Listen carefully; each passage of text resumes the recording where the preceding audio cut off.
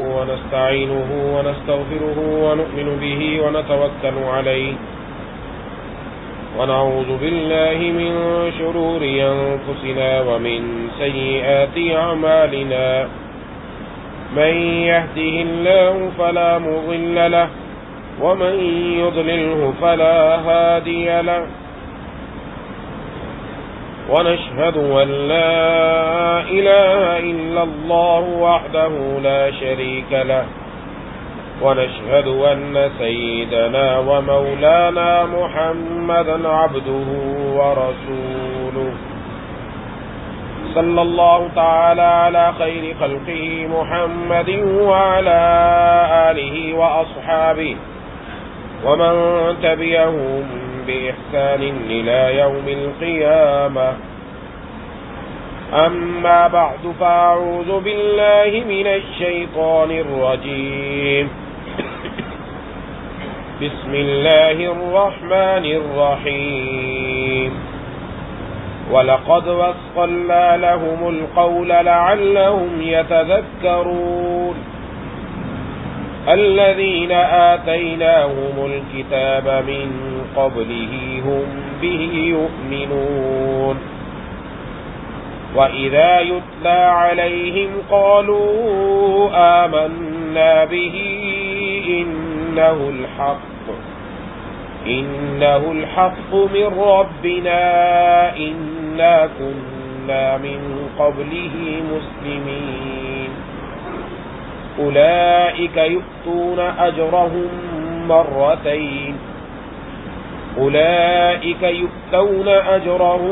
مرتين بما صبروا ويدرؤون بالحسنة السيئة ومما رزقناهم ينفقون وإذا سمعوا اللغو أعرضوا عنه وقالوا لنا أعمالنا ولكم أعمالكم سلام عليكم لا نبتغي الجاهلين صدق الله العظيم.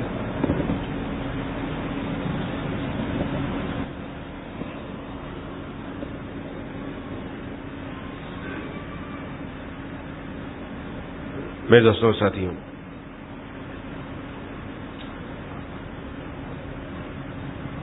بیسویں سپارے میں سورۃ القصص کی چند آیتیں تلاوت کی ہیں.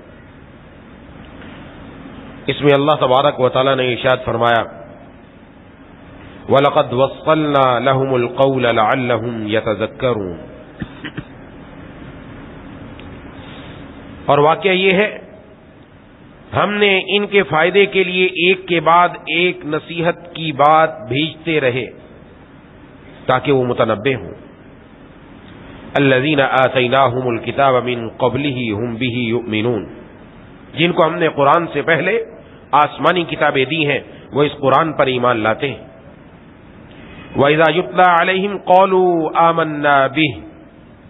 اور جب وہ ان کو پڑھ کر سنایا جاتا ہے تو وہ کہتے ہیں ہم اس پر ایمان لائے. إِنَّهُ الْحَقُّ مِنْ رَبِّنَا إِنَّا كُنَّا مِنْ قَبْلِهِ مُسْلِمِينَ. یقیناً یہ برحق کلام ہے جو ہمارے پروردگار کی طرف سے آیا ہے، ہم تو اس سے پہلے بھی اسے مانتے تھے. اولئک یؤتون اجرہم مرتین بما صبروا. ایسے لوگوں کو ان کا ثواب دوہرا دیا جائے گا کیونکہ انہوں نے صبر سے کام لیا. ویدرؤون بالحسنۃ السیئۃ. اور وہ نیکی سے برائی کا دفعیہ کرتے ہیں. ومما رزقناہم ينفقون. اور ہم نے جو کچھ ان کو دیا اس میں سے اللہ کے راستے میں خرچ کرتے ہیں. وَإِذَا سَمِعُوا اللَّغْوَ أَعْرَضُوا عَنْهُ. اور جب وہ کوئی بیہودہ بات سنتے ہیں تو اسے ٹال جاتے ہیں. وَقَالُوا لَنَا أَعْمَالُنَا وَلَكُمْ أَعْمَالُكُمْ. اور وہ کہتے ہیں ہمارے لیے ہمارے اعمال ہیں، تمہارے لیے تمہارے اعمال ہیں. سلام علیکم لا نبتغی الجاہلین. ہم تمہیں سلام کرتے ہیں، ہم نادان لوگوں سے الجھنا نہیں چاہتے.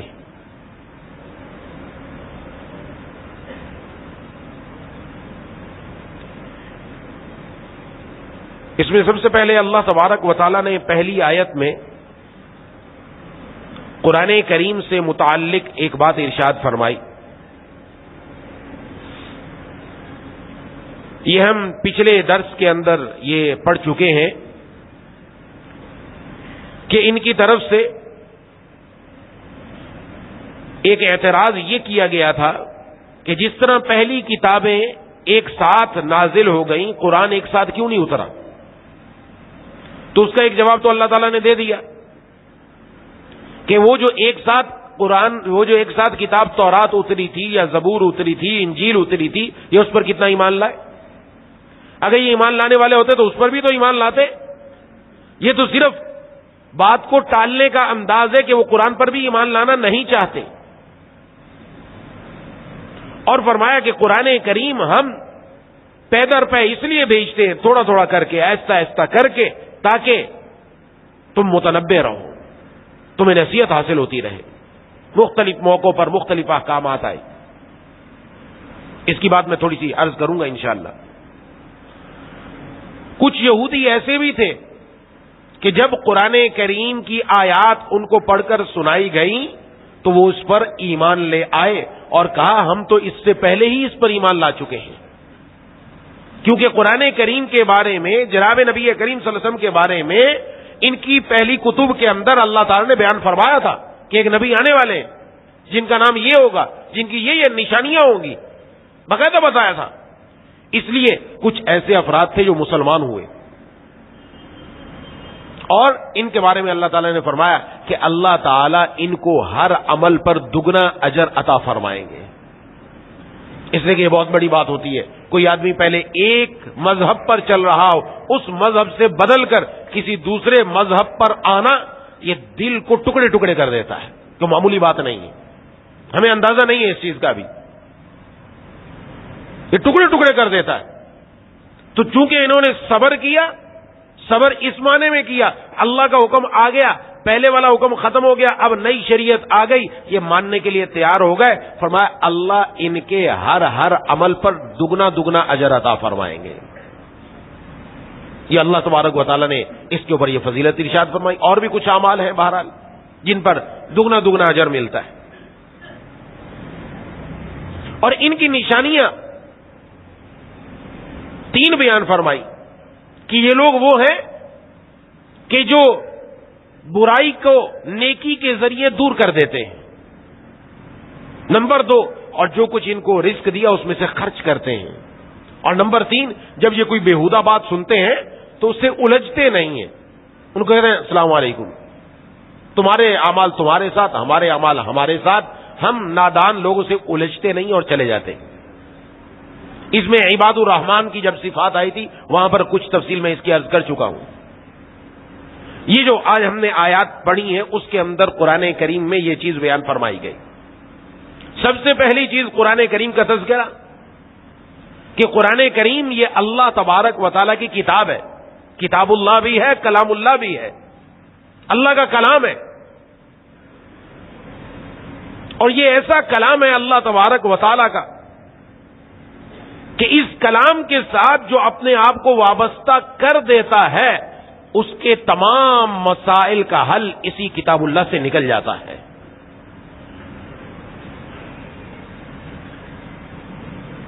ایک دور وہ تھا جب مسلمان اس قرآن کریم سے اپنا ایسا تعلق مضبوط رکھتے تھے، تہجد میں اٹھ کر قرآن کی تلاوت، فجر کی نماز سے پہلے قرآن کی تلاوت، فجر کی نماز کے بعد قرآن کی تلاوت، مغرب کے بعد قرآن کی تلاوت. آپ نے قرآن کریم کے اندر دیکھا ہوگا کہ کچھ جگہوں پر لکھا ہوتا ہے نیچے منزل 1، کہیں لکھا ہے 2، آخر میں جا کر دیکھیں گے لکھا ہوگا 7. عام مسلمان ایسے تھے جو پورے ایک ہفتے میں ایک قرآن کریم ختم کر لیا کرتے تھے، عام مسلمان. اور اگر آپ کچھ تھوڑا پیچھے جائیں گے تو آپ کو نظر آئے گا، اپنے بزرگوں سے پوچھیے. اور جو خواص تھے ان کی تو کیفیت ہی عجیب تھی.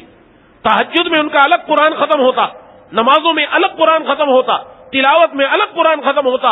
اور ایسے ایسے افراد دنیا سے گئے ہیں جنہوں نے اپنی زندگیوں کے اندر 2، 4، 10، 15، 100 قرآن نہیں، 20، 25 ہزار قرآن اپنی زندگی کے اندر انہوں نے قرآن کریم مکمل کیے ہیں. یہ 2، 4 کی بات نہیں ہو رہی، 100 کی بات نہیں ہو رہی، سینکڑوں کی بات نہیں ہو رہی، ہزاروں کی بات ہو رہی ہے. اور آج ہمارا حال یہ ہے کہ ہمیں یوٹیوب سے فرصت نہیں ہے، ہمیں فیس بک سے فرصت نہیں ہے. رات کو بھی آنکھ کھلے گی سب سے پہلے موبائل اٹھا کر دیکھیں گے کہیں کسی کا میسج تو نہیں آیا ہوا. اور جو رب کا میسج قرآن کریم کی صورت میں آیا، آج ہم نے اس قرآن کو اپنے سے دور کر دیا. میرے اور آپ کے بیٹھنے کا مقصد ہی کیا ہے؟ ہماری زندگی میں قرآن کتنا آیا؟ ادھر رمضان المبارک دوبارہ آنے والا، اس کے آنے سے پہلے ابھی تو ہمارے لیے تیاری کا موقع، ہم اس قرآن سے جڑ جائیں، اس قرآن کو اپنی زندگی کے اندر لے کر آئیں. اس قرآن کریم کے بغیر مسلمان کی زندگی کا تصور نہیں تھا، لیکن آج ہے. وہ ایسا ہو ہی نہیں سکتا تھا، تصور ہی نہیں تھا کہ مسلمانوں کا گھرانہ ہو اور وہاں سے قرآن کی آواز نہ آئے. وہاں تو ہر بچہ بچہ اور بچی بچی، بڑے چھوٹے بوڑھے جوان مرد عورت، ہر ایک قرآن سے اپنا تعلق جوڑا کرتے تھے. گھروں سے قرآن کریم کی تلاوت کی آوازیں آیا کرتی تھی. اور آج ہمارے پاس وقت ہی نہیں، نعوذ باللہ. پچھلے رمضان سے اب رمضان آنے والا ہے، میں اور آپ غور کریں، ایک قرآن بھی مکمل ہوا ہے؟ ایک قرآن کی بات کر رہا ہوں میں. جن کا ہوا سبحان اللہ قابل مبارکباد ہیں اور ان کے لیے دل کے جذبات عجیب ہیں. جن کا ہوا، اور الحمدللہ بہت سارے ایسے افراد اب بھی ہیں جو مہینے کے بعد مجھے بتاتے ہیں کہ الحمدللہ آج مہینہ بھی ختم ہوا اور میرا ایک قرآن بھی مکمل ہو گیا. الحمدللہ ایسے موجود ہیں، خواتین میں بھی ہیں، لیکن میں اور آپ بھی ان میں شامل ہیں کہ نہیں ہے؟ مجھے اور آپ کو غور کرنا ہے. یہ قرآن کریم تو ایسی کتاب ہے، دل کی بے چینی، دل کی پریشانی، دل کا غم کوئی کیسا بھی ہو، اگر ہم اس قرآن کریم کو ادب کے ساتھ، محبت کے ساتھ، اس نیت سے پڑھیں کہ میرے اللہ میرے قرآن کو سن رہے ہیں، اس قرآن کریم کو پڑھتے چلے جائیں، ادھر پریشانی، ادھر غم، ادھر دل کی بے چینی چلی جائے گی. دنیا کی کوئی ایسی گولی نہیں جس کی تاثیر اتنی تیز ہو جتنی تاثیر اس قرآن کریم کی تلاوت کی ہے. کوئی گولی نہیں ہے. لیکن ہے کیا، جب ہم کسی پریشانی میں جاتے ہم پھر بھی دنیا کے پاس بھاگتے ہیں، پھر بھی رب کے پاس نہیں آتے. معمول تو یہ ہونا چاہیے پریشانی ہو نہ ہو ہر حال میں رب کے قرآن کی تلاوت کریں. یہ تو قرآن کریم ہے ہی ایسی چیز کہ جس کے اندر نور ہی نور ہے. اللہ کا کلام ہے، ارے جو پڑھے گا اس کے اندر کیا نور آئے گا، کیا اللہ تبارک و تعالیٰ اس کو کیا کیا چیزیں عطا فرمائیں گے، اس کا ہم وام و گمان بھی نہیں کر سکتے. تو مجھے اور آپ کو کم از کم کوشش تو کرنی چاہیے کہ ماہ مبارک کے آنے سے پہلے میں اور آپ قرآن سے ایسا تعلق جوڑیں کہ قرآن کریم رمضان کے آنے سے پہلے ایک قرآن میرا ختم ہو جانا چاہیے انشاءاللہ. کم از کم کی بات کر رہا ہوں. تو رمضان میں میں آگے بڑھ سکوں گا، ورنہ رمضان کے پہلے دنوں میں قرآن کھلتا ہے، 5 پارے پڑھے 7 پارے پڑھے اور ادھر 30واں رمضان ہو جاتا ہے، عید کا چاند نظر آ جاتا ہے اور ہمارے 5-7 سپارے ہی رہتے ہیں اور وہ بھی قرآن مکمل نہیں ہوتا. کتنی عجیب بات ہے. مسلمان اللہ تبارک و تعالیٰ کا نام لیوا، محبوب کبریا، خاتم الانبیاء، سرکار دو عالم صلی اللہ علیہ وسلم پر ایمان لانے والا، وہ کہتا ہے کہ میرے پاس قرآن پڑھنے کا ٹائم نہیں ہے. خواتین کہتی ہیں قرآن پڑھنے کا ٹائم نہیں، سارا دن گھر میں کیا ہے، کیا ہو رہا ہے. مرد حضرات کہتے ہیں ہم کاروبار پر گئے، دکان پر جا کر بیٹھے. ایسے افراد موجود ہیں دکان پر بیٹھے، گاہک کو سودا دے دیا، فارغ بیٹھے، موبائل میں نہیں. آج مصیبت دیکھیں آپ، ہماری مصیبت یہ ہے، نوجوان طبقہ، بڑا بھی اب یہ طبقہ کر رہا ہے، جو سیلز مین ہے، جو اپنی دکانوں پر کام کر رہے ہیں، جب گاہک آیا فارغ، اس کے بعد دوبارہ موبائل اٹھا کر پھر ہاتھ شروع ہو گیا، پھر ہاتھ چلنا شروع ہو گیا، پھر میسیج شروع ہو گئے، پھر نہ جانے کیا کچھ شروع ہو گیا. اور ادھر گاہک آیا پھر اس میں لگ گیا، پھر اٹھا کر یہ. اور مسلمان کا کیا دستور تھا اور طریقہ کیا تھا؟ مسلمان کا طریقہ یہ تھا، گاہک آیا چیز دے کر بیٹھا، قرآن کریم کھولا، قرآن کی تلاوت شروع کر دی. سبحان اللہ. گھر کے اندر خواتین کام کر رہی ہیں، کام کے دوران فارغ ہوئی، قرآن اٹھایا، قرآن کی تلاوت شروع کر دی. اب جہاں یہ قرآن کریم کی تلاوت اس انداز میں ہوگی وہاں اللہ کی رحمتیں نہیں آئیں گی، رب تعالیٰ کی طرف سے برکتیں نازل نہیں ہوں گی. کہ ہم اپنی زندگیوں کے اندر غور کریں، یہ زندگیوں کے اندر جو بے چینیاں ہیں، یہ زندگیوں کے اندر کہہ رہے جی گھر میں اثرات ہیں، گھر کے اندر کیا جی اثرات ہو گئے، گھر کے اندر عجیب عجیب جنات اور شیاطین چیزیں ہیں، مسائل ہی مسائل ہیں. تو اس مسائل کا حل کیسے نکلے گا؟ پہلے دور میں تو نہیں ہوتا تھا، اب کیوں ہو رہا ہے؟ کبھی غور کیا ہے ہم نے؟ یاد رکھیے، غور کیا کبھی کہ ایسا اب کیوں ہو رہا ہے؟ اس لیے کہ پہلے گھروں کے اندر قرآن کریم کا نور ہوا کرتا تھا. ظلمت اور تاریکی کو جگہ نہیں ملتی تھی. چمگادڑ تاریکی میں نکلتی ہے باہر, شیاطین اور جنات وہاں آتے ہیں جہاں تاریکی ہو, جہاں ظلمت ہو, جہاں اندھیرا ہو. لیکن جہاں قرآن پڑھا جائے, جہاں قرآن کی تلاوت ہو صبح و شام, وہاں پر اس کا گزر ہی نہیں ہے کہ یہ گزر جائے, وہاں ممکن نہیں ہے. چند احادیث عرض کر دوں گا کہ محبوب کبریا خاتم الانبیاء سرکار دو عالم صلی اللہ علیہ وسلم نے کیا کیا ارشاد فرمایا کہ اس قرآن کریم کی بدولت اللہ تعالیٰ بندے کی کیسے کیسے حفاظت فرماتے ہیں. جناب نبی کریم صلی اللہ علیہ وسلم نے ایک حدیث میں ارشاد فرمایا, بعض لوگ کہتے ہیں جی ہمیں قرآن کریم پڑھنا نہیں آتا, ہم تو بوڑھے ہو گئے اور پرانا پڑا ہوا ہے. بعض خواتین بھی ایسی ہیں بوڑھی ہو گئی اب تو ٹھیک بھی نہیں ہوتا تو وہ پڑھنا چھوڑ دیتے ہیں. نہیں چھوڑنا چاہیے, نہیں چھوڑنا چاہیے. میں دوبارہ عرض کر رہا ہوں, نہیں چھوڑنا چاہیے. کوشش کریں پڑھنے کی اور ٹھیک پڑھنے کی کوشش کریں. جتنا آپ سے ٹھیک ہوتا ہے اتنا کرو صحیح, لیکن پڑھنا نہیں چھوڑنا. کیوں نہیں چھوڑنا؟ محبوب کبریا خاتم الانبیاء سرکار دو عالم صلی اللہ علیہ وسلم نے ارشاد فرمایا. اما عائشہ صدیقہ رضی اللہ تعالیٰ عنہ فرماتی ہیں رسول اللہ صلی اللہ علیہ وسلم نے فرمایا الماہر بالقرآن مع السفرۃ الکرام البررہ, جو قرآن کریم مہارت سے پڑھتا ہے, تجوید سے پڑھتا ہے, فرمایا اس کا کل انجام کن کے ساتھ ہوگا؟ اللہ کے مقرب اور بزرگ ترین فرشتوں کے ساتھ ہوگا. ایک بادشاہ تھا, بچے تھے اس کے, بادشاہوں جیسی ظاہر ہے بادشاہ ہے تو شہزادے کیا کریں گے, بادشاہت کے کھیل کود کے اندر ہی وقت گزاریں گے. تو بادشاہ کے پہلے دور کے اندر جو بادشاہ ہوا کرتے تھے نرم دل اور اپنے قریب علماء کو رکھتے تھے, دین والے لوگوں کو رکھتے تھے. تو ایک بزرگ تشریف فرما تھے, وہاں کچھ بات چلی آخرت کی, تو فرمایا آخرت کی سورج کی گرمی سے وہی بچ سکے گا جس کے دل میں قرآن کریم ہو. تو بادشاہ نے کہا کاش کہ میرا کوئی بیٹا حافظ ہوتا. یہ صرف کہا, دل کی ایک تمنا ظاہر کی, قریب ہی اس کا بیٹا بیٹھا ہوا تھا, ایک سن لیا. فرما بردار ایسے ہوتے ہیں, ماں باپ کے ساتھ سلوک اچھا کرنے والے ایسے ہوتے ہیں. چلا گیا, اٹھ گیا اور جا کر قرآن کریم یاد کرنا شروع کر دیا. باپ کو نہیں بتایا, قرآن کریم یاد کرتا رہا. بڑے مسائل آئے, لمبا واقعہ, بڑی تکلیفیں آئیں, بڑی پریشانیاں آئیں. 2 سال میں قرآن کریم مکمل کر لیا. اور دوسرے سال جب رمضان کا موقع آیا تو والد کو آ کر کہا کہ میں تراویح پڑھاؤں گا. کہ تو تراویح پڑھائے گا؟ کہا ہاں میں تراویح پڑھاؤں گا. آپ نے 2 سال پہلے ایک جملہ کہا تھا, وہ دل پر جا کر لگا, آج آپ کا بیٹا حافظ قرآن بن کر آیا ہے. باپ نے اپنے بیٹے کے پیچھے پڑھی, تراویح پڑھنے کے بعد تخت سے اترا, کہ بیٹا اس تخت کا اہل تو ہے, میں نہیں, آج کے بعد تو تخت پر بیٹھا کرے گا. ہے کوئی ایسا بچہ جو اپنے والدین کے لیے یہ کام کر جائے؟ اپنے لیے تو ہے ہی ہے, اس کا تعلق تو والدین سے بھی جاتا ہے. یہ ہوگا کیا اس کے ساتھ؟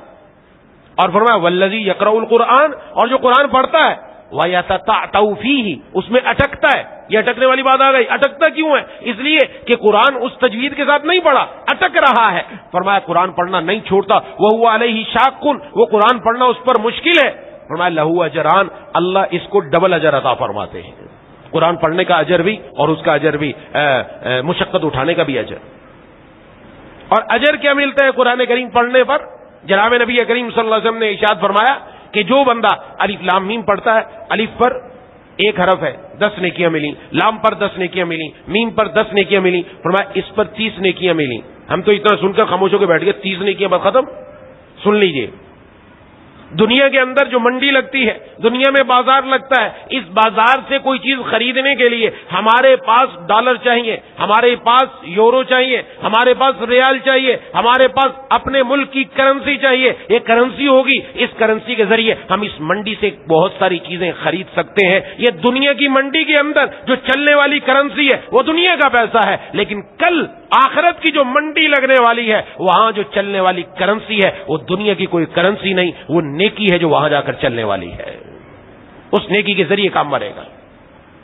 تو ہم اپنے اندر دیکھیں حضور صلی اللہ علیہ وسلم نے کیا کیا عجیب عجیب انداز سے ہمیں توجہ کرائی.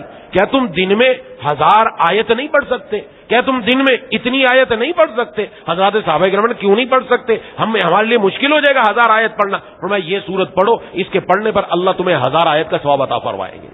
کیا کیا بات ہے.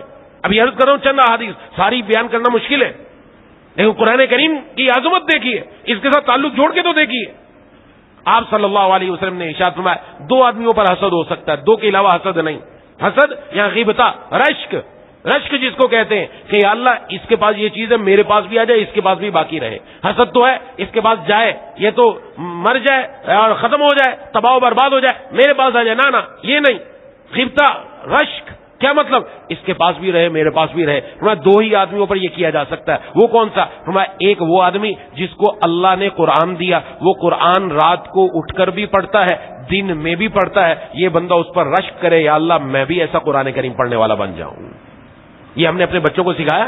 آج پتہ مصیبت ہے، ماؤں سے بھی عرض کر رہا ہوں، بچے ارے تجھے پتہ نہیں وہ جو تیری فلانی کزن ہے یا فلانا کزن ہے وہ دیکھ کتنا آگے نکل گیا، اس کی مثالیں دے رہی ہیں. ارے اس کی مثال دے کر کیا کرنا ہے؟ وہ دیکھو وہ کیسے سبق یاد کرتا ہے، وہ دیکھو وہ اسکول کے اندر فرسٹ آیا، اس نے پوزیشن لی، وہ ناچ گانے میں بھی آگے. نعوذ باللہ. تو کیا ہے؟ تو کچھ بھی نہیں کر رہا. آج تو مصیبت یہی ہے، ٹک ٹاک آ کر ہمیں مار دیا، اس نے یوٹیوب نے مار دیا ہمیں، یہ بلاگر نے مار دیا ہمیں. وہ دکھا رہے اپنے آپ کو کہ ہم کیا چیز ہے، بلاگر بن کے بڑے آئے. گندی چیزیں دکھا کر گندی چیز ہمارے اندر آئے گی تو ان کی جسم سے نکلنے والے اعمال کیا ہیں؟ گندے اعمال ہیں. اور ہمارے نبی صلی اللہ علیہ وسلم کی جسم سے نکلنے والے اعمال ایسے پاکیزہ ہیں کہ آپ کی جسم سے خوشبو بھی نکلتی ہے، عمل سے بھی خوشبو نکلتی ہے. وہ خوشبو والا عمل میری اور آپ کی زندگی میں آیا؟ نماز نہیں ہے زندگی کے اندر، وہ خوشبو والی چیز ہمارے اندر نہیں آئی. یہ قرآن کریم کی بھی مثال دی گئی. قرآن کریم پڑھنے والا ایسا ہے جیسے نارنگی دیکھنے میں بڑا خوبصورت ہے اور اندر سے بھی بڑا خوبصورت ہے اور خوشبو والا ہے. اس کے فائدے بہت زیادہ ہیں. جو اس کی خوشبو ہے، فرمایا اس کی خوشبو دور دور تک جاتی ہے قرآن کریم پڑھنے والے کی. تو آج کیا ہو رہا ہے؟ بس اس طرف چلے گئے. بچوں کو یہ نہیں کہا بیٹا فلاں جو بچہ ہے نا وہ حافظ قرآن بن گیا، تو نہیں حافظ بن سکتا، تو بھی تو یاد کر لے کوئی سورت، تو بھی تو چند آیتیں یاد کر لے. ہمت دلائے. فلاں بچی اس نے اتنی صورتیں یاد کر لی، بیٹا تجھے یاد نہیں ہے. وہ فلاں جو بچہ ہے نا وہ تو نمازوں میں آتا ہے، تو نمازوں میں نہیں نظر آتا. یہ بات نہیں کریں گے. کیوں؟ اپنے آپ خود ہی کمزور ہیں، نہ خود نماز پڑھیں نہ دوسروں کو بتلائیں، نہ خود قرآن پڑھیں نہ دوسروں کو بتلائیں. حسد، رشک اور غیبت تو اس پر ہونا چاہیے، یہ بتانا چاہیے. اور فرمایا دوسرا وہ آدمی جس کے پاس مال ہے لیکن وہ مال کا کیا کرتا ہے؟ وہ دن اور رات اللہ کے راستے میں خرچی کرتا رہتا ہے. رشک کرو یا اللہ مال آئے میں بھی ایسے خرچ کرنے والا بن جاؤں. یہ نہیں مال آئے کوٹیاں بن جائیں، بنگلے بن جائیں، ہاں اونچے عہدوں اور منصب پر چلے جاؤں، عیاشیاں کرنے لگوں. نا مال آئے یا اللہ آپ کے راستے میں دیتا رہوں، یا اللہ کے راستے میں دینے کا مزہ ہی کچھ الگ ہے. یہ 2 آدمی میں اس کے اوپر رشک کیا جائے، یہ ہے قابل رشک. اور ایک حدیث میں ارشاد فرمایا جناب نبی کریم صلی اللہ علیہ وسلم نے، اللہ تعالیٰ اس کتاب کے ذریعے بہت سارے لوگوں کو، بہت ساری قوموں کو اللہ بلندیاں عطا فرماتے ہیں اور کچھ لوگوں کو اس کے ذریعے سے اللہ ذلیل کر دیتے ہیں. یعنی قرآن کریم پر جس نے عمل کیا دنیا میں عروج اور بلندیاں ان کا حصہ بن گئی، اور جنہوں نے اس قرآن کو چھوڑا پستیاں اور ذلتیں ان کا مقدر بن گئی. ہم اپنے گھروں میں دیکھیں، جب گھر میں قرآن نہیں ہے تو گھر میں حالات کیا ہیں؟ گھر گھر میں جھگڑا ہے. اس کے چھڑوانے کا طریقہ یہی ہے، گھروں میں تلاوت شروع کر دیں. آپ تلاوت شروع کر کے دیکھیے، پھر دیکھیں گھروں میں انوارات کیسے آتے ہیں، گھروں میں برکات کیسے آتے ہیں، جھگڑے کیسے ختم ہوتی ہیں، بے چینیاں، پریشانیاں. اور یہ جو کہہ رہے ہیں نا کہ گھر کے اندر شیاطین ہے، جنات ہے، سب بھاگیں گے، کوئی بھی وہاں ٹھکانا نہیں کسی کا بھی. حضرت ابو ہریرہ رضی اللہ تعالیٰ عنہ سے روایت ہے، فرمایا کہ ایک مرتبہ رسول اللہ صلی اللہ علیہ وسلم نے مجھے فرمایا کہ جاؤ فلاں جگہ پر بیت المال کا جو مال رکھا ہوا ہے، ہاں جی اس کی حفاظت کرو. جا کر رمضان میں جو زکات وغیرہ آئی، ظاہر بیت المال ہوتا تھا، اس کی حفاظت کرو. فرمایا میں وہاں آ گیا تو رات کو ایک آدمی آیا اور اس نے آ کر اس میں سے غلہ چرانا شروع کر دیا. میں نے پکڑ لیا. میں نے کہا میں تجھے رسول اللہ صلی اللہ علیہ وسلم کے پاس لے کر جاؤں گا اور تجھے بتاؤں گا کہ آپ صلی اللہ علیہ وسلم کے سامنے پیشی ہوگی. اس نے کہا کہ میں بڑا محتاج ہوں، بڑا ضرورت مند ہوں، میرے عیال بھی ہیں، بڑی شدید حاجت ہے، آج چھوڑ دے، کل نہیں آؤں گا دوبارہ، چھوڑ دے مجھے. چھوڑ دیا. صبح جناب نبی کریم صلی اللہ علیہ وسلم کی خدمت میں گئے تو آپ صلی اللہ علیہ وسلم نے اے ابو ہریرہ تیرے رات والے قیدی کا کیا ہوا؟ رات کو بندہ آیا تھا جس کو تو نے پکڑا تھا، کیا ہوا؟ یہ بذریعہ وحی اطلاع مل گئی. تو میں نے عرض کیا اللہ کے رسول صلی اللہ علیہ وسلم بڑی اس نے منت سماجت کی، بڑی اس نے حاجت بیان کی، تو مجھے رحم آ گیا، میں نے رستہ چھوڑ دیا. آپ صلی اللہ علیہ وسلم جھوٹ بول کے گیا ہے، کل دوبارہ آئے گا، کل دوبارہ آئے گا. دوبارہ آیا، فرمایا رات کو میں، اور جب آپ نے یہ فرمایا مجھے یقین ہو گیا کہ آئے گا، کیونکہ حضور نے فرمایا. حضور کی بات پر یقین، یہ ذہن میں رکھنا، یقین ایسا ہونا چاہیے. قرآن پر، حدیث پر، ڈاکٹر کی گولی پر یقین، قرآن پر یقین اٹھ گیا. قرآن پر وہ یقین نہیں ہے، نماز پر وہ یقین نہیں ہے، رب کے سامنے ہاتھ اٹھائے یقین نہیں ہے، لیکن گولی پر یقین ہے، دنیا کی ہر چیز پر یقین ہے، اس سے یقین اٹھتا چلا جا رہا ہے. یہاں دیکھیے میں پکا یقین ہو گیا آئے گا رات کو. میں رات کو دوبارہ اپنے اس پر ڈیوٹی پر پہنچا تو وہ دوبارہ آیا، میں اس کی تاغ میں بیٹھ گیا کہ کہاں سے آتا، آیا پکڑ لیا. وہ دوبارہ اس نے غلہ چڑھانا شروع کیا تو آج پھر اس نے وہی باتیں شروع کر دی جو کل کہیں، بڑا ضرورت مند ہوں، مجھے چھوڑ دو اور میرے عیال ہیں، میں دوبارہ نہیں آؤں گا. تو کہتے مجھے رحم آ گیا، میں نے چھوڑ دیا. صبح حضور کی خدمت میں حاضر ہوا، فرمایا اے ابو ہریرہ تیرے رات والے قیدی کے ساتھ کیا ہوا؟ میں نے کہا اے اللہ کے رسول صلی اللہ علیہ وسلم بڑی اس نے منت سماجت کی اور کہا کہ عیال ہیں، مجھے رحم آ گیا، میں نے اس کا رستہ چھوڑ دیا. آپ نے فرمایا جھوٹ بول کر گیا، دوبارہ آئے گا. کا یقین ہو گیا آئے گا. فرمایا میں اب پھر اگلی رات میں اس کے انتظار میں بیٹھ گیا کہ آتا ہے. وہ آیا اور غلے اٹھانا شروع کر دیا، میں نے پکڑ لیا اور میں نے کہا اب تو ضرور میں تجھے لے کے جاؤں گا، آج نہیں چھوڑنا تجھے، کچھ بھی کر لے آج میں تجھے نہیں چھوڑوں گا اور ضرور بس ضرور تجھے لے کر جاؤں گا. اس نے کہا کہ تم آج چھوڑ دو، آج کے بعد دوبارہ نہیں آؤں گا، لیکن ایک چیز بتا کر جاؤں گا، ایک چیز اور بتا کر جاتا ہوں، چھوڑ دے. ایسے کلمات ہیں جس سے بڑا تجھے نفع ہوگا. جب بھی تو اپنے بستر پر جائے تو جا کر آیت الکرسی پڑھ لیا کر، اور جب تک تو آیت الکرسی پڑھ لے گا تیرے اوپر اللہ کی طرف سے ایک نگران فرشتہ مقرر ہو جائے گا اور شیطان تیرے قریب ہی نہیں آئے گا.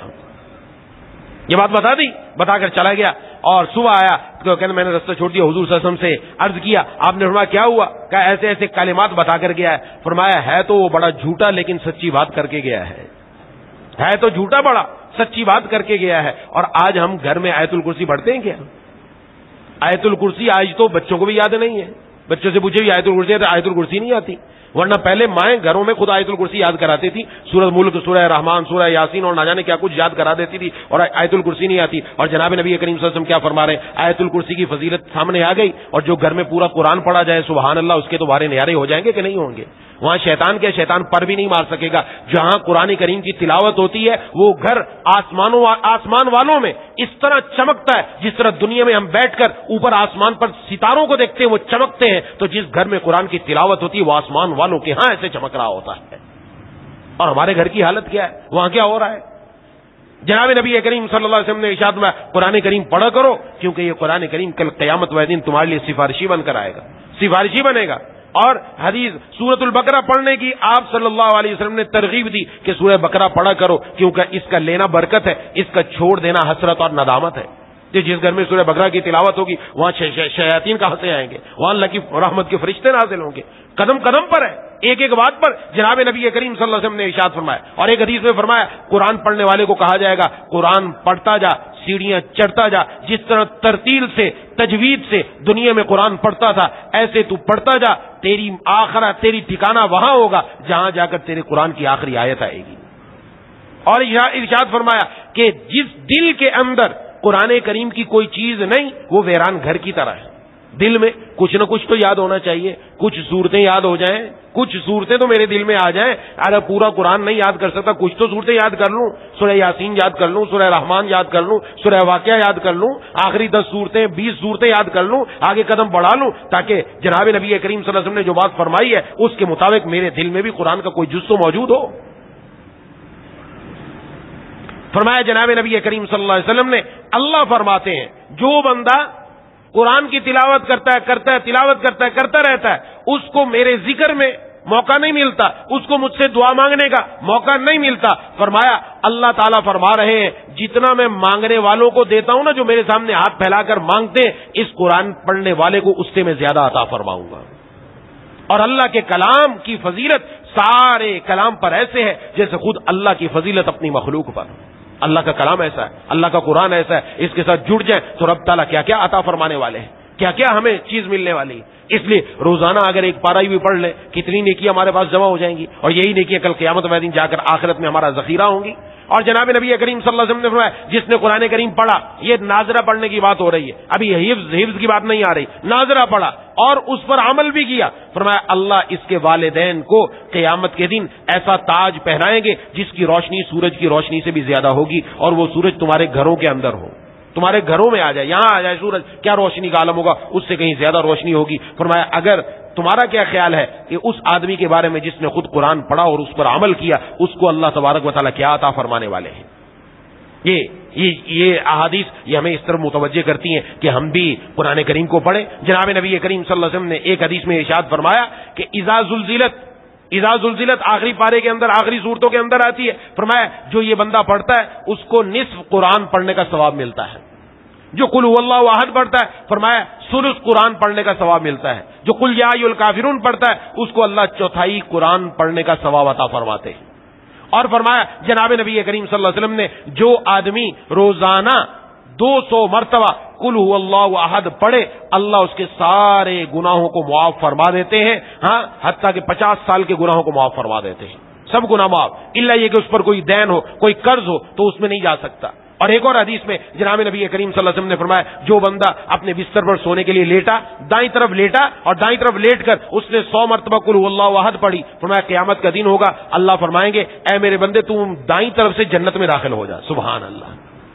سویا دائیں طرف اور قل هو اللہ احد. چلو کوئی کہتے ہیں جی ہمیں پورا قرآن نہیں آتا یہ قل هو اللہ احد تو آتی ہے. اب یہ میں کیا کیا بیان کروں یہ پورا بیان اسی پر ہو جائے گا. اتنی احادیث ہے. اس سے ہمیں اندازہ ہو جانا چاہیے کہ قرآن کریم کا مقام اور مرتبہ کیا جو اللہ تعالیٰ نے ہمیں عطا فرمایا. اور صرف قرآن پڑھنا نہیں عمل بھی وہی لانا. اب جب قرآن ہی نہیں آئے گا تو خود سوچیں نماز اس کی ہوگی. نماز کے اندر قرأت کرنا ضروری ہے کہ نہیں ہے. نماز میں سورۃ فاتحہ بھی پڑھنی ہے ہم نے اس کے ساتھ کوئی اور سورت بھی ملانی ہے. کم از کم 3 آیات تو ہوں. اگر قرآن ہی نہیں آتا تو نماز کیسے ہوگی بھائی. تو قرآن کریم تو آنا ضروری. پھر نماز کے اندر کوتاہی اس کا کتنی مرتبہ ذکر آ چکا. اس نماز کی کوتاہی اپنے آپ سے دور کریں. ماہ مبارک کے آنے سے پہلے میں اور آپ تمام مرد اور تمام خواتین یہ طے کر لیں کہ انشاءاللہ رمضان آنے سے پہلے ہی ہم اپنے اندر بہت زیادہ تبدیلی لائیں گے انشاءاللہ. آج ہم تبدیلی لے آئے نا ادھر رمضان شروع ہوگا ادھر پہلے دن سے ہی انشاءاللہ اللہ تعالیٰ کی رحمتوں کا نزول ہمارے گھروں میں شروع ہو جائے گا انشاءاللہ. ہمارے کاروبار میں ہماری زندگی میں نہ جانے کیا کچھ ہوگا آپ اندازہ نہیں لگا سکتے. انتظار میں بیٹھے رمضان آئے گا تو کریں گے. رمضان آ کر چلا جاتا ہے اور ہم کچھ کر نہیں پاتے پھر روتے رہ جاتے فائدہ کچھ بھی نہیں. ہر کام کے وقت کے آنے سے پہلے تیاری ہونی چاہیے. اس کے بعد قدم آگے بڑھائے نا پھر دیکھیں کہ رب تعالیٰ کی طرف سے عنایات ہی عنایات ہے. تو بہرحال یہ جناب نبی کریم صلی اللہ علیہ وسلم نے ایک اور حدیث میں ارشاد فرمایا کہ جس طریقے سے لوہے کو زنگ لگ جاتا ہے اس طرح فرمایا دل کو بھی زنگ لگ جاتا ہے. عرض کیا دل کا زنگ کیسے اترے گا. فرمایا دل کا زنگ اتارنے کے لیے 2 کام کرو کثرت سے قرآن کریم کی تلاوت اور کثرت سے موت کا یاد کرنا. یہ 2 چیزیں ایسی ہیں جو انسان کے دل کا زنگ اتار دیتی ہیں. دنیا کے اندر کوئی ایسی چیز ایجاد نہیں ہوئی کہ دل کے اوپر کوئی کالا نقطہ لگ گیا ہو سیاہ نقطہ لگ گیا اس کو اگر مٹانا چاہے مٹ جائے. نہیں کپڑوں پر لگ جائے جسم پر لگ جائے دنیا کی کسی اور جگہ پر لگ جائے تو بڑے اس کے لیے دنیا والوں نے مختلف قسم کے کیمیکل بنا دیے کہ یہ داغ اتر جائے گا یہ داغ اتر جائے گا یہ داغ اتر جائے گا. لیکن دل پر گناہ کرنے کی وجہ سے جو سیاہ داغ لگتا ہے وہ نہیں اترے گا رب کے قرآن کی تلاوت سے اترے گا. آج تو اپنے ہاتھوں سے اپنے عزیز قریب کو دفنا کر آ جاتے اور وہیں جہاں جنازہ ابھی رکھا ہوا ہے وہاں پر ہنس کر باتیں ہو رہی ہوتی ہیں. وہاں پر خواتین بیٹھی غیبت کر رہی ہوتی ہیں. وہاں موت یاد نہیں آتی. وہ موت سے ڈرتے ہیں اور ڈرتے ایسی ہیں جیسے ہمارے حضرت والا نور اللہ مرکز نے فرمایا ایک بڑھیا کا بیٹا بیمار ہو گیا بہت زیادہ بیمار ہو گیا تو 4 بھائی کے پاس اس کے پاس بیٹھی اور دعا کر رہی ہے. ہاں کیا دعا کر رہی ہے کہ اللہ میرے بیٹے کو شفا دے دے. اگر اس کی موت کا وقت آ گیا نا تو میں تو ہو گئی بوڑھی میں تو دنیا دیکھ لی تو اس کی وجہ مجھے لے جا. ایسی دعا مانگنی نہیں چاہیے نہیں مانگنی چاہیے یاد رکھیں ایسی دعا نہیں مانگنی چاہیے. یہ دعا کیوں نہیں مانگی یا اللہ اس کی عمر بھی بڑھا دے میری عمر بھی بڑھا دے. دونوں کی عمر بڑھ جائے گی کہ نہیں بڑھ جائے گی. ایک حدیث میں جناب نبی کریم صلی اللہ علیہ وسلم ایک صحابی کے پاس آئے حدیث میں وہ چوزے کی طرح ہو گیا یعنی اتنا کمزور ہو گیا بالکل. آپ صلی اللہ علیہ وسلم نے ارشاد فرمایا تم نے کوئی دعا کی تھی. کہا جی ہاں میں نے دعا کی تھی. کہا کیا دعا کی تھی. کہا یہ دعا کی تھی یا اللہ آخرت میں جو عذاب دینا مجھے دنیا میں دے دیجیے.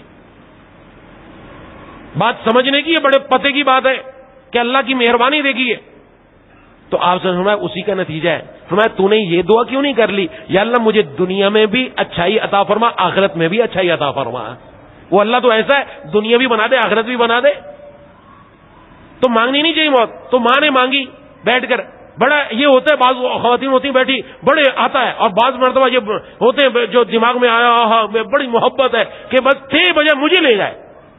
ہوا گیا کہ باہر کوئی گائے کالے رنگ کی وہ گھوم رہی تھی اور عام طور پر دیہاتوں کے اندر جو دیگچی ہوتی ہے اس کے اندر کوئی سالن والن ویسی رکھا رہا تو اگر اس نے اس کے اندر منہ ڈالا تو منہ پھنس گیا اندر سے کھاتی گیا. اب وہ گائے بھاگی دائیں بائیں کہ کسی جگہ جا کر میں اپنا سر نکالوں، تو وہ ہوتے ہوتے اس بڑھیا کے گھر کے اندر آ گئی، اور جب اندر آئی تو ظاہر ہے پیچھے سے کالی، آگے سے وہ دیکھچی، اس نے دیکھا تو کہا موت آئی، کہا یہ بیٹا پڑا ہے، اس کو لے جائے، مجھے نہ لے کے جانا۔ پہلے تو بڑا تھا موت آ جائے مجھے لے جائے، اب جب موت، حالانکہ موت تھی نہیں، نظر آئی، وہیں پر کام پورا ہو جاتا ہے۔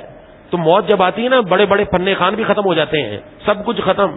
اس وقت کے آنے سے پہلے اللہ نے مجھے اور آپ کو موقع دیا، موقع دے رہے ہیں کہ اپنے آپ کو بدل لو۔ اس لیے یہ موت کو تھوڑا سا بھی یاد کر لے گا، بندے کا دل اللہ کی طرف متوجہ ہو جائے گا۔ یہ بڑا اکثیر نسخہ ہے جو جناب نبی کریم صلی اللہ علیہ وسلم نے ہمیں عطا فرمایا۔ تو اس لیے پہلی بات تو یہ کہ میں اور آپ عہد کر لیں کہ انشاءاللہ آج ہی سے قرآن کریم کی تلاوت ہوگی انشاءاللہ۔ کم از کم ایک رکوع پڑھ کر سوئیں گے ہم انشاءاللہ، ایک رکوع ہی پڑھ لیں، زیادہ نہیں، ایک رکوع پڑھ لیں، ایک رکوع پڑھ لیے انشاءاللہ اگلے دن سے ترتیب اپنی شروع کر دیں، اور گھر میں بھی ترغیب دیں گے، اور جنہوں نے پورا قرآن نہیں پڑھا ان کو جو صورتیں یاد ہیں وہی پڑھا کریں، وہی روزانہ پڑھا کرو، اور باقی کوشش بھی کرو کہ مجھے قرآن آ جائے، میں کیوں محروم رہوں۔ ایسا اللہ کا کلام، ایسی پیاری کتاب، جس کو پڑھ کر فقیر بھی امیر ہو جائے، جی، جس کو پڑھ کر جس کے دل میں بے چینی ہے اس کے دل میں چین آ جائے، سکون آ جائے، رحمت آ جائے، خزانے آ جائیں، رب تعالیٰ کی طرف سے برکات آ جائے، اور کیا چاہیے؟ تو اس کو خود پڑھنے کی بھی کوشش کرنی چاہیے کہ میں آگے بڑھوں اور اپنی زندگی کے اندر لے کر آؤں۔ اس کے بعد جناب نبی کریم صلی اللہ علیہ وسلم نے قرآن کریم میں اللہ تبارک و تعالیٰ نے ان لوگوں کی 3 نشانیاں جو بیان فرمائی، وہ یہ کہ یہ برائی کو نیکی سے بدل دیتے ہیں۔ اس کی 2 معنی بیان کیے گئے۔ برائی کو نیکی سے بدلنے کا مطلب، اگر کوئی گناہ ہو جائے اس کے فوراً بعد نیکی کر دو، نیکی اس برائی کو مٹا دے گی۔ گناہ ہو گیا، اللہ کی نافرمانی ہو گئی، فوراً بعد 2 رکعت نماز توبہ کی پڑھو، توبہ تو کرنی ہے، 2 رکعت نفل نماز اور پڑھو۔ میں یہ شیطان کے اوپر جا کر، اس کے اوپر جا کر بہت زور سے لگتی ہے، وہ کہتا ہے اس کو میں نے گناہ کروایا تھا، میں تو سمجھتا تھا اللہ سے دور ہوگا، یہ تو 2 رکعت نماز اور پڑھ کر توبہ بھی ساتھ کر رہا ہے، یہ تو 2 قدم آگے بڑھ رہا ہے۔ تو نیکی اس برائی کو مٹا دے گی۔ یہ اپنی زندگی کے اندر رکھیں کہ نیکیوں کا اضافہ اگر کہیں انسان ہونے کے ناطے گناہ ہو جائے، یہ نہیں کہ گناہ جان بوجھ کے کرنا ہے، اس کے لیے باقاعدہ پلاننگ ہو جائے، منصوبہ بندی کی جائے کہ میں نے یہ گناہ کرنا، نہیں، گناہ کرنے کے لیے منصوبہ بندی، پلاننگ نہیں، بلکہ گناہ سے بچنے کی منصوبہ بندی ہو۔ کیسے بچنا ہے؟ میں نے اپنے موبائل کی گندگیوں سے کیسے بچنا ہے، میں نے گانوں سے اور موبائل کے اندر یہ ڈراموں سے اور فلموں سے کیسے بچنا ہے۔ جس کو دیکھو اٹھا کے نکالا، فلمیں دیکھ رہا ہے، کان میں ہینڈ فری لگا رکھے، بس یہی کام چل رہا ہے۔ یہی زندگی یہی ہے کیا؟ اس کے علاوہ کوئی زندگی نہیں ہے کیا؟ ہم کن چکروں کے اندر چلے گئے؟ خدا کے لیے سمجھے، ہمارے پاس رب کا قرآن موجود ہے، ہمارے پاس جناب نبی کریم صلی اللہ علیہ وسلم کے فرامین موجود ہیں، ایسی پیاری چیزیں موجود ہیں، ان کو اپنی زندگی کے اندر لے آئیں، دنیا بھی بن جائے گی، آخرت بھی بن جائے گی، اور کچھ جائے گا نہیں۔ اپنی بچیوں کو بجائے نچوانے کے ان کو دین کی بات سکھائیں کہ بیٹا یہ بات سیکھ، یہ بات لے کر آؤ اپنے اندر، بجائے اس کے کہ وہ ڈانس کریں اور ڈانس کر کے آگے جی ہاں بہت اچھا ڈانس کر رہی ہے، نعوذ باللہ، اس کے اوپر سبحان اللہ بھی کہا جا رہا ہے، اور باقاعدہ ٹک ٹاک پر لگا دیا، دیکھو جی ہماری بچیاں ناچ رہی ہیں۔ کیا یہ خود اندازہ لگانا چاہیے کہ اس نے سامنے رکھ کر اپنا اندر کا بحال پیش کر دیا، کوئی بھی آدمی اس کو اچھا سمجھے گا جو دین پر عمل کرنے والا ہے؟ یہ جناب نبی کریم صلی اللہ علیہ وسلم اس کو پسند فرماتے تھے۔ قیامت والے دن جب پل صراط پر گزرنا ہوگا، اس وقت کسی کو ناچ کا خیال آئے گا؟ اس وقت کسی کو یہ خیال آئے گا کہ میں گانے سنوں؟ اس وقت کسی کو خیال آئے گا کہ میں اللہ کی نافرمانی کروں؟ تو سوچ لینا چاہیے خود، اس وقت خیال آئے گا؟ نہیں آئے گا اس وقت خیال۔ جو پھانسی کے پھندے پر جانے والا ہے، پتہ ہے صبح پھانسی کا پھندا لگنا ہے، اس سے جا کر پوچھو اس کی رات کیسے گزرتی ہے۔ جس کو پتہ ہے صبح موت آ جانی ہے، رات دیکھو اس کی، وہ کتنی مرتبہ مطالبہ کرتا ہے کہ مجھے یہ گند دے رہی ہے، نعوذ باللہ۔ اس لیے اپنی زندگی کے اندر غور کرنا ہے۔ تو اگر گناہ ہو جائے فوراً بعد توبہ کر لو، اور توبہ ایسی ہے کہ بندہ اللہ کے در پر آ کر اپنے رب سے معافی مانگے، اللہ معاف فرما دیتے ہیں۔ یہ مضمون لمبا ہے جو بارہا عرض کر دیا۔ دوسرا اس کا مطلب یہ ہے کہ برائی کا جواب اچھائی سے دو۔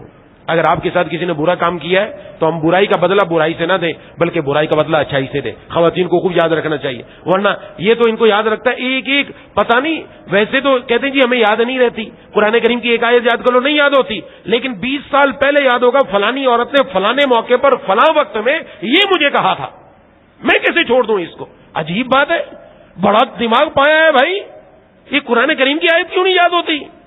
نہیں یہ نہیں یاد ہوگی، کیوں؟ وہ دماغ میں بٹھایا ہوا ہے، اور بدلہ لینا ہے میں نے، ایسی کی تیزی کیسے بدلہ نہیں لینا، بدلہ لینا ہے، کوئی بھی موقع آ جائے چھوڑنا نہیں ہے، لیکن حضور کا طریقہ نہیں ہے. قرآن کیا بتا رہا ہے؟ قرآن بتا رہا ہے کہ برائی کا بدلہ اچھائی سے دو، برائی کا بدلہ اچھائی سے دو. اور جناب نبی کریم صلی اللہ علیہ وسلم نے یہ سکھایا ہے، آپ نے خود کر کے دکھایا ہے. ایسا نہیں کہ نہیں دکھایا، دکھایا ہے کہ برائی کا بدلہ آپ نے اچھائی سے دیا.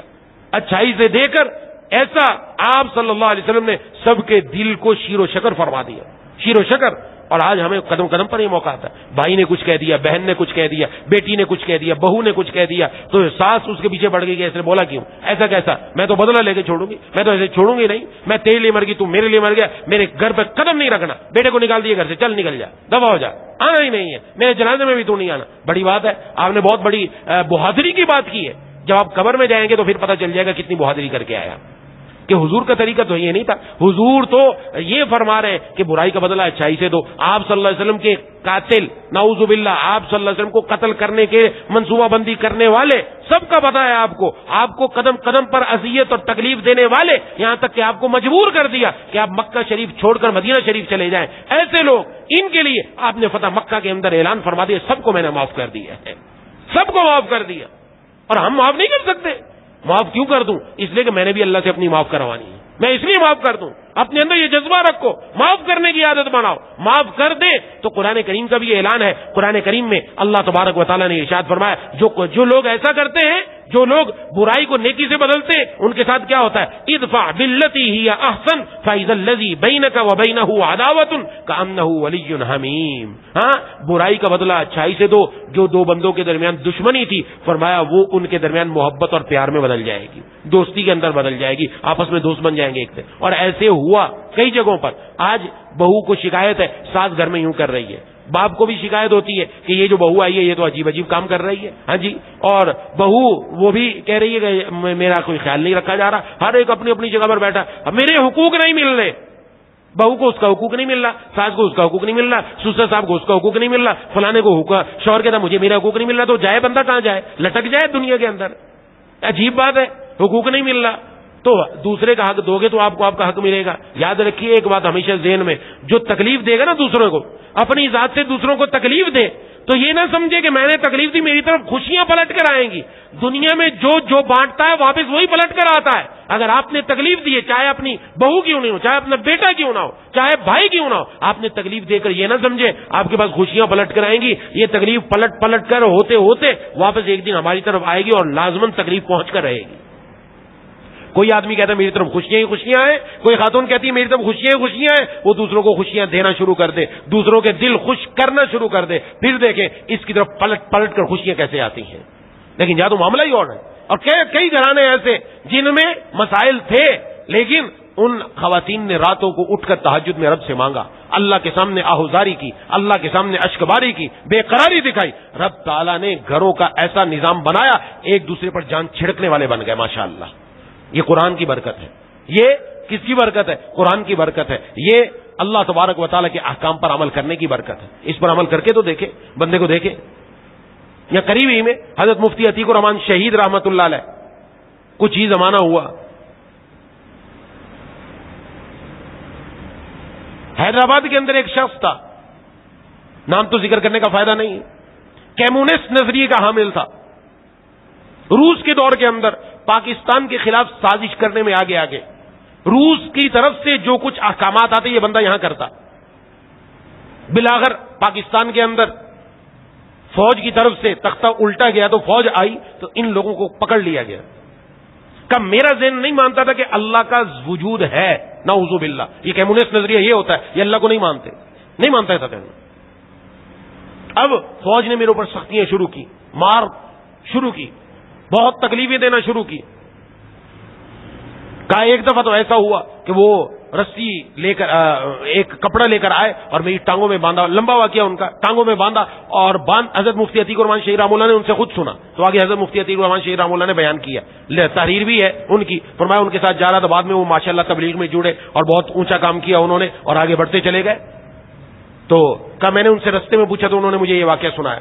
کم تکلیفیں دیتے دیتے میری ٹانگوں کے اوپر انہوں نے کپڑا باندھا، اتنے بل دیے کہ میری آنکھیں باہر آ گئیں. انہوں نے جو اتنی سختی کی میرے اوپر، کہ اس وقت میرے دل میں آیا کیا کہ اگر دنیا میں اللہ موجود ہے، اے اللہ اگر تو موجود ہے تو مجھے اس تکلیف سے چھٹکارا دے دے.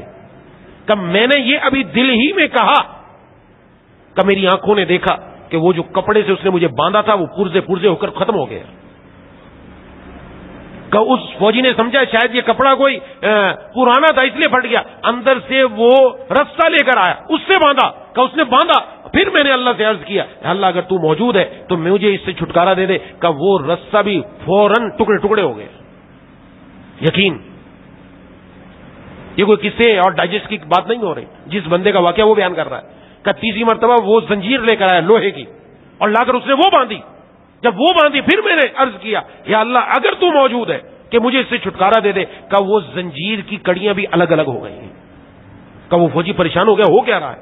انہوں نے آپس میں کوئی بات چیت کی اور مجھے ایک طرف دھکیل کر چلے گئے. کہ بس میری آنکھوں سے آنسو نکل گئے کہ اللہ ہے, جس کو میں ٹکراتا تھا, جس کو میں نہیں مانتا تھا, وہ اللہ موجود ہے. کہ میں اٹھ کر گیا, میں نے فوجی کو کہا, وہ جانتا تھا کمیونسٹ نظریے کا, کہ مجھے ایک قرآن کریم لا دو, ایک مصلی لا دو, پانی لا دو مجھے. کہ جیسے تیسے وضو کیا, رب کے سامنے میں نے اپنا سر رکھ دیا. کہ اتنا رویا کہ پتہ نہیں چلا کہ مجھے اس وقت سجدوں کے اندر جو مزہ آیا کبھی مجھے مزہ نہیں آیا. اور اللہ سے عرض کیا کہ اللہ مجھے ہدایت عطا فرما دے. کا قرآن پڑھنا شروع کر دیا, قرآن پڑھتا چلا گیا اور قرآن کا ایک ایک آیت میرے ایک ایک بات کا جواب دیتی چلی گئی. قرآن کو ایسے پڑھا, ایسے نہیں پڑھا کہ بس نکل لیا.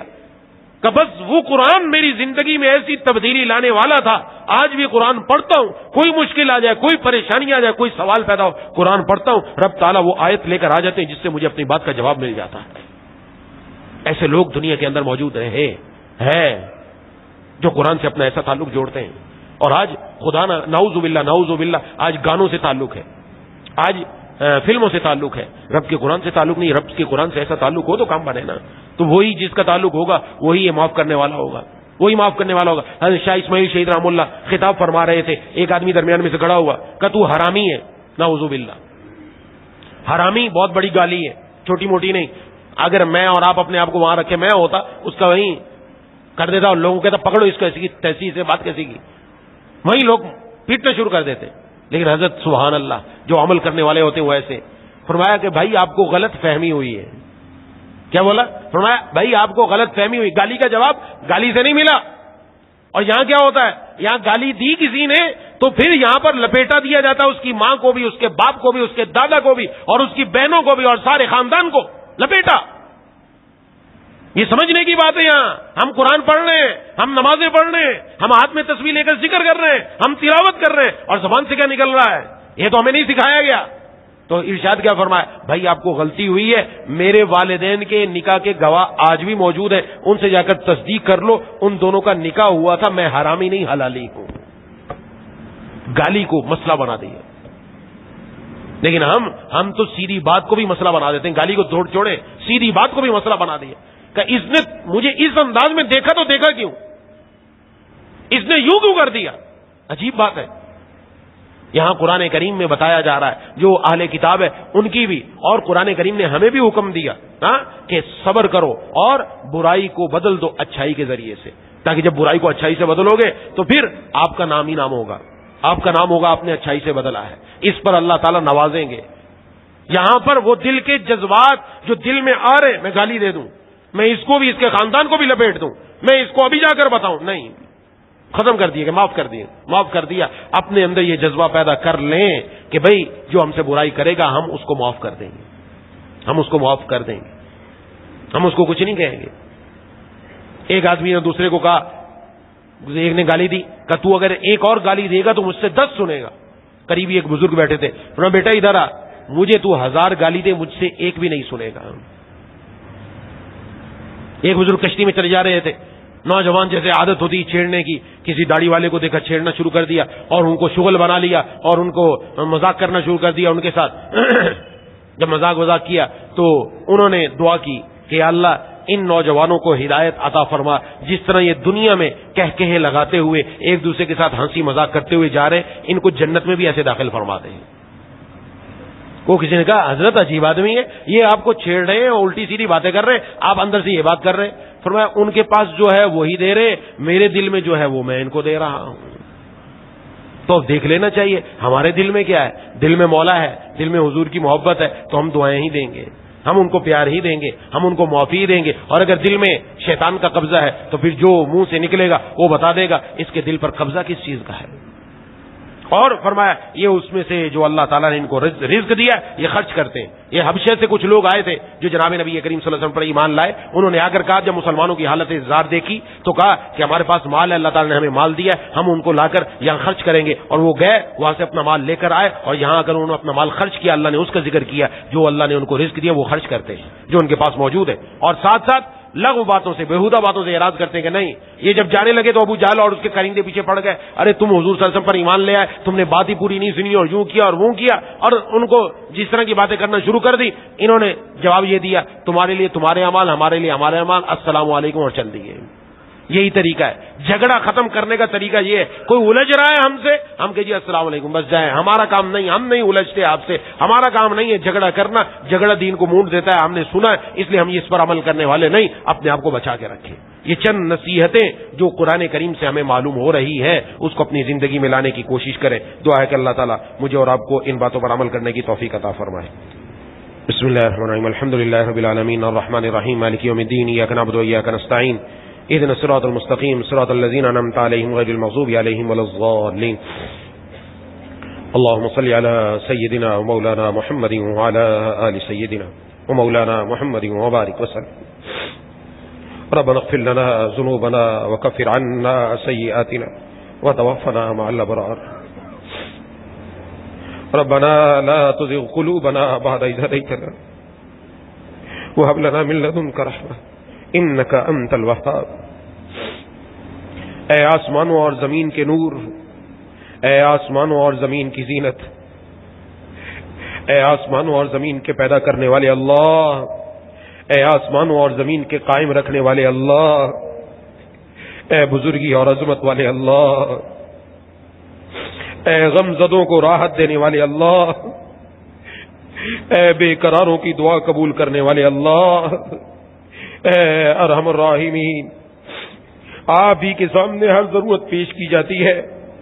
اے اللہ آپ خالق اعظم ہیں, آپ ہماری ہر بات سننے والے ہیں, آپ ہمیں جاننے والے ہیں, آپ غفور الرحیم ہیں, آپ عرش عظیم کے مالک ہیں. میرے گناہوں کو, ہمارے گناہوں کو, ہمارے گھر والوں, بیوی بچوں, بہن بھائیوں, دوستوں, احباب, تمام رشتہ داروں, اہل پاکستان, پوری امت مسلمہ کے گناہوں کو معاف فرما دیجیے. یا اللہ ہم سب پر رحم عطا فرما. یا اللہ ہم سب کو چین عطا فرما. یا اللہ ہمارے گناہوں کی پردہ پوشی فرما. یا الہ العالمین یا ارحم الراحمین, ہمارے بدعمالیوں کی وجہ سے ہمیں گمراہ نہ فرما. یا الہ العالمین یا ارحم الراحمین, ہمیں ایمان پر قائم رکھ. یا اللہ محض اپنے فضل سے ہم سب کا خاتمہ ایمان پر نصیب فرما کر قبر کے عذاب سے بچا کر کل قیامت والے دن بغیر حساب و کتاب کے جنت میں دخول اول عطا فرما دیجیے. مولا کریم الہ العالمین ہے ارحم الراحمین, بہت ہمارے اندر کوتاہی ہے. آپ کی اتنی بڑی دولت قرآن کریم ہمارے پاس ہمارے گھروں میں موجود ہے, اس دولت سے ہم نے فائدہ نہیں اٹھایا, نہ اس کو کھول کر دیکھا کہ آپ کا پیغام کیا ہے. مولا کریم الہ العالمین ارحم الراحمین,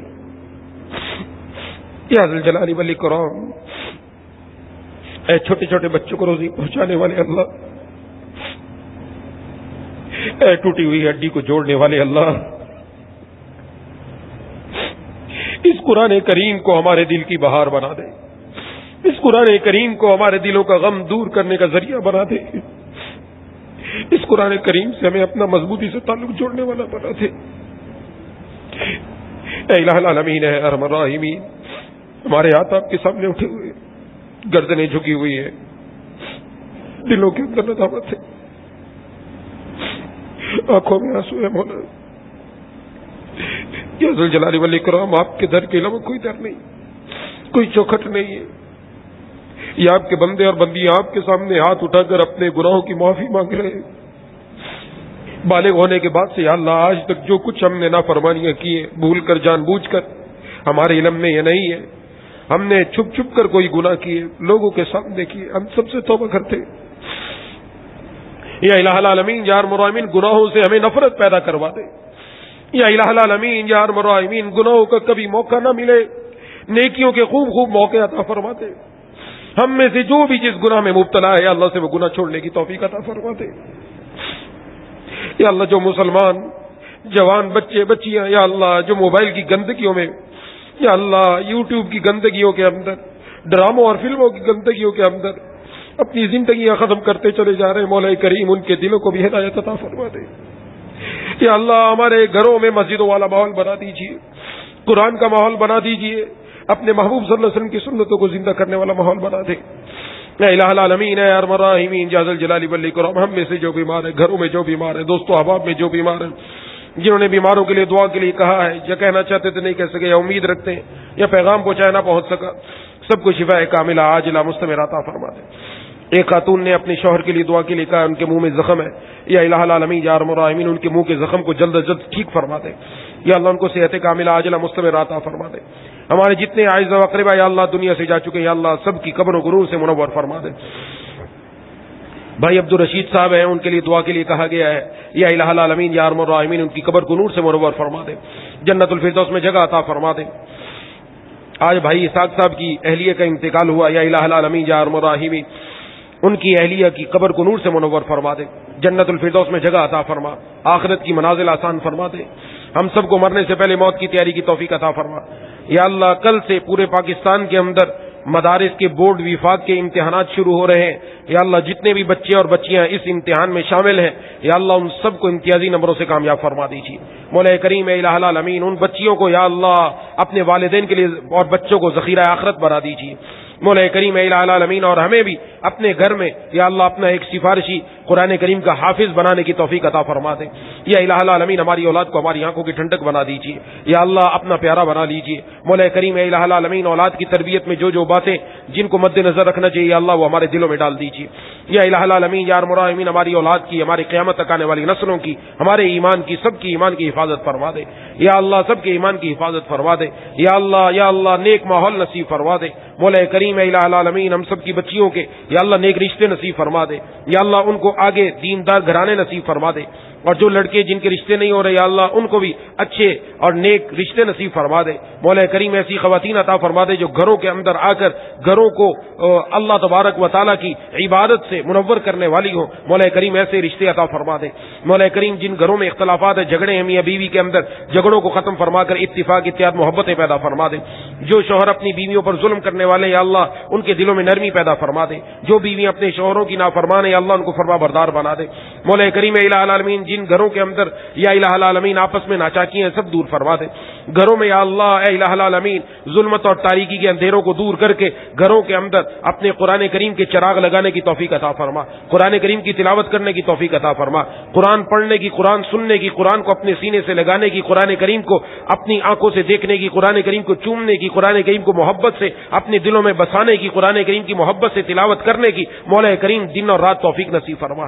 مولا کریم اس قرآن کریم سے مضبوطی سے تعلق جوڑنے والا بنا دے۔ یا الہ العالمین یا ارحم الراحمین یا ذا الجلال والاکرام، یا اللہ ہم آپ کے فضل سے آپ کا فضل مانگتے ہیں، آپ کی مشیت سے آپ کی مشیت مانگتے ہیں۔ مولا کریم ہم سب کے حق میں اپنی مشیت نازل فرما کر ہم سب کو اپنے پیاروں میں شامل فرما دے۔ مولا کریم اے الہ العالمین اے ارحم الراحمین یا ذا الجلال والاکرام یا ارحم الراحمین جتنے بھی حاضرین خواتین موجود ہیں مجھ سمیت ہم سب کے دلوں میں جتنی جائز تمنائیں سب پوری فرما دیجیے، کسی کو محروم نہ فرمائیے۔ اے الہ العالمین جو کچھ کہا اور سنا اس پر عمل کرنے والا بنا دیجیے۔ ہمارے رجب کے مہینے میں برکت عطا فرما دیجیے، ہمارے شعبان کے مہینے میں برکت عطا فرما دیجیے، ہمیں خیر و عافیت کے ساتھ، صحت کے ساتھ، تندرستی کے ساتھ یا اللہ رمضان المبارک کا مہینہ نصیب فرما دے۔ مولا کریم ہماری زندگی میں برکت عطا فرما دے۔ مولا کریم اے الہ العالمین اے ارحم الراحمین یا ارحم الراحمین یا ذا الجلال والاکرام جتنے مریض ہسپتالوں میں، گھروں میں ہیں، مسجد میں ہیں، مدرسے میں، کہیں بھی ہیں یا اللہ سب کو مکمل پہلے سے بڑھ کر صحت عطا فرما دے۔ اے الہ العالمین اے ارحم الراحمین ہمارے ایک دوست ہے یونس بھائی، بہت عرصے سے علیل ہے اور بہت ساری بیماریاں، یا اللہ آپ سب پر قادر ہیں، یا اللہ آپ اپنے کن کے ذریعے یا اللہ ان کو خوب صحت عطا فرما دیجیے۔ یا اللہ جو مانگا وہ بھی عطا فرما، جو مانگنا چاہیے تو نہیں مانگا بغیر مانگے عطا فرما دیجیے۔ ربنا تقبل منا انک انت السمیع العلیم وتب علینا انک انت التواب الرحیم۔ صلی اللہ تعالی علی خیر خلقہ محمد وعلی آلہ وصحبہ اجمعین برحمتک یا ارحم الراحمین۔